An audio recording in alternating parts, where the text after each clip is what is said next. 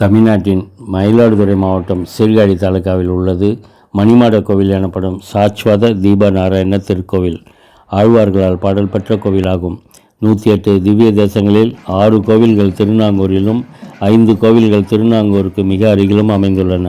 ஒவ்வொரு ஆண்டும் தை அமாவாசைக்கு மறுநாள் திருநாங்கூரில் மணிமாட கோவில் நாராயண பெருமாள் சன்னதியில் நடைபெறும் கருட சபை உற்சவத்திற்கு திருநாங்கூர் மற்றும் சுற்றுப்புறங்களில் உள்ள 11 கோவில்களை சேர்ந்த உற்சவர்கள் எழுந்தருள செய்யப்படுவார்கள்.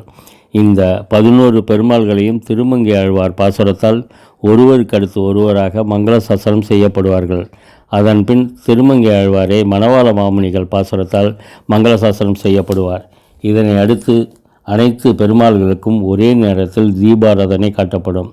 தொடர்ந்து 11 பெருமாள்களும் தங்க கருட வாகனத்திலும் குமுதவல்லி நாச்சியாருடன் திருமங்கை ஆழ்வார் மணவாள மாமுனிகள் சகிதம் எழுந்தருளி தீபாராதனை காண்பித்து கருட சபை நடைபெறும். ஆழ்வார்களால் போற்றப்படும் திருநாங்கூர் திவ்ய தேசத்தில் பெருமாளை பெரிய திருவடியான கருட வாகனத்தில் சேவித்தால் மறுபிறவியே கிடையாது என்பது ஐதீகம் என்பதால் தமிழகம் உள்ளிட்ட பல்வேறு மாநிலங்களைச் சேர்ந்த ஆயிரக்கணக்கான பக்தர்கள் பங்கேற்று சாமி தரிசனம் செய்தனர்.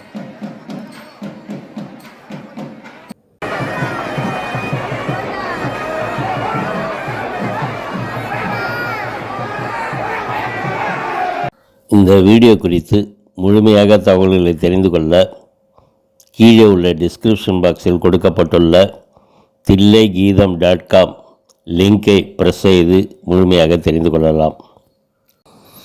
இந்த வீடியோ உங்களுக்கு பிடிச்சிருந்ததுன்னா லைக் பண்ணுங்கள், பெல் ஐக்கானை அழுத்தி சப்ஸ்கிரைப் பண்ணுங்கள்.